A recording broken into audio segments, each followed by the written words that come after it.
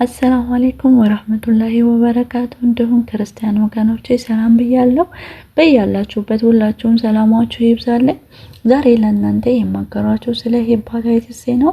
በተለይ ይህ ሄፓታይቲስ ሲ የምንለው ከሄፓታይቲስ ኤ እና ቢ ጋር ዝምድና አለው። የጉበት በሽታ ወይም ደግሞ የቫይረስ አይነት ነው።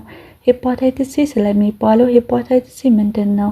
ሄፓታይቲስ ሲ ጉበት ላይ ጉዳት የሚፈጥር አይነት ሲሆን ብቻውን የጉዳት መጎዳት ወይም ደግሞ መመረዝ ማስከተል ይችላል። ሄፓታይቲስ ሲ ከሄፓታይቲስ ኤ እና ቢ ጋር ዝምድና ያለው ይሄ ቫይረስ አይነት ነው። እነዚህ ቫይረሶች የተለያየ ባህሪያት ያላቸው ሲሆን የሚዛመቱበት መንገድ የተለያየ አይነት ነው። ሄፓታይቲስ ሲ ከባድ የጉበት ጉዳት፣ የጉበት ስራ ማቆም፣ የጉበት ካንሰር እና ሞትን ሊያስከትል የሚችል የቫይረስ አይነት ነው። ሄፓታይቲስ ሲ ስርጭት በብዙ ሰዎች በሽታው መያዝ ሳያውቁ ከበሽታው ጋር ለረጅም ጊዜ አብረው ይኖራሉ። ቫይረሱም ሰውነታቸው ውስጥ እየኖረ ለዓመታት ምንም ምልክት ሳያሳይ መኖር የሚችል ነው። በወሊድ ወቅት ብዙ ጊዜ ከእናት ወደ ልጅ ይተላለፋል። ሄፓታይቲስ ሲ እንዴት እንያዛለን? አንድ ሰው ሄፓታይቲስ ሲ የሚይዘው በምንድን ነው? የሄፓታይቲስ ሲ በደም ንክኪ የሚተላለፍ በሽታ ነው። ብዙ ጊዜ ቫይረሱ ቆዳ ላይ በሚገኝ ቁስል በሚፈጠር ንክኪ ይተላለፋል። በሽታው ከሰው ሰው የሚተላለፍ ሲሆን ብዙ ጊዜ ከተበከለ መርፌ ጋር በማድረግ ንክኪ ይተላለፋል ማለት ነው። በግብረ ስጋ ግንኙነት እና ከሰው ጋር ምላጭ ወይም ደግሞ ጥርስ ቦርጭ መጋራትም በእነዚህም ምክንያት በሽታው ይተላለፋል ወይም ደግሞ እንዲይዘን ይሆናል ማለት ነው። የሄፓታይቲስ ሲ ምልክቶች ምንድናቸው? በሽታው ከተያዙ ሰዎች ከ70 እስከ 80% ያሉት ላይ ምንም ምልክት አይታይም። በተለይም በሽታውን የተያዙ ሰሞን ከበርካታ ዓመታት በኋላ ጉበት መጎዳት ሲጀምር ምልክት አብሮ መታየት ይጀምራል። ሌሎች ሰዎች ላይ ግን በሽታው ከተያዙ ከ2 ሳምንት እስከ 6 ወር ውስጥ ምልክት መታየት ይጀምራል።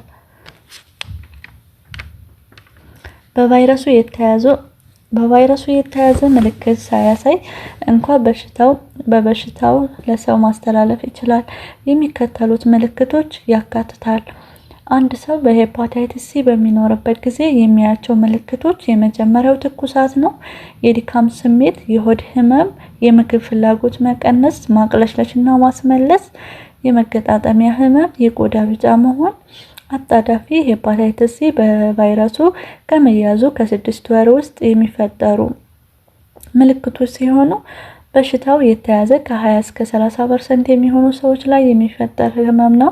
ህመሙ ከተፈጠረ በኋላ ለሰውነታችን ወይም ደግሞ ቫይረሱ ይገለዋል። ካልሆነ ደግሞ ጠንቶብን በሽታው ወደ የጤና ደረጃ እንዲሸጋገር ያደርጋል። የጠና ሄፓታይቲስ ሲ ማለት ለረጅም ጊዜ የሚቆይ የኢንፌክሽን አይነት ነው። አኪዩት ሄፓታይቲስ ሲ ያለባቸው አብዛኛዎቹ ሰዎች ከ75 እስከ 85% በሽታው ወደ ክሮኒክ ሄፓታይቲስ ሲ ይቀየርባቸዋል። ሄፓታይቲስ ሲ እንዴት ይመረመራል? ምርመራውስ ምንድነው? ሄፓታይቲስ ሲ በሰውነታችን መኖሩን በደም ምርመራ ይታወቃል። የተለያዩ የደም ምርመራዎች በማካሄድ የሄፓታይቲስ ሲ በሰዎች ውስጥ መኖር አለመኖር ከተገኘም ደግሞ የተፈጠረ ኢንፌክሽን ወይም ደግሞ የቆየ መሆኑን በሰውነት ምን ያህል ቫይረስ እንዳለ ለማወቅ ያስችላል።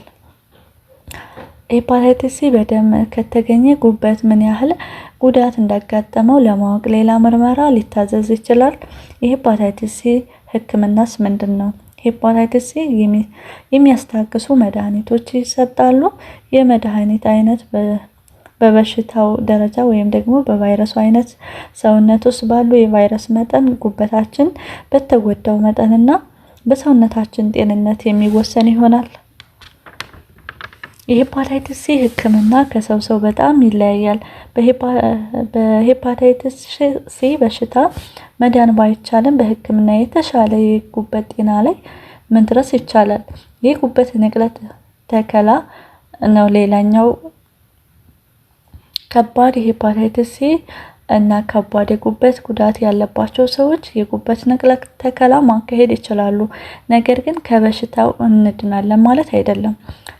አዲሱ ጉበት በሄፓታይተስ ሲ ይጠቃል። ነገር ግን ተገቢውን ሕክምና በማካሄድ የበሽታውን መጠንና የሚያደርሰውን ጉዳት መቆጣጠር ይቻላል ማለት ነው። በሄፓታይተስ ሲ መከላከያ በደም የሚተላለፉ በሽታ ነው። መያዝ እንደ ጥርስ ቡርሽ፣ እንደ ምላጭ የመሳሰሉት ቁሳቁሶች ከሰው ጋር በጋራ አለመጠቀም ነው። መርፌ ከሌላ ሰው ጋር አለመጋራት ነው።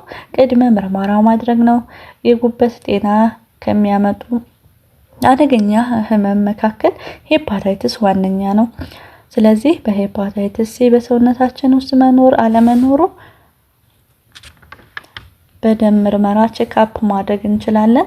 ለዛሬው ያዘጋጀሁላችሁ የጤና መረጃ ይህን ይመስል ነበር። በሌላ ቪዲዮ ተመልሰን እስከምንገናኝ ሰላም ሁኑ።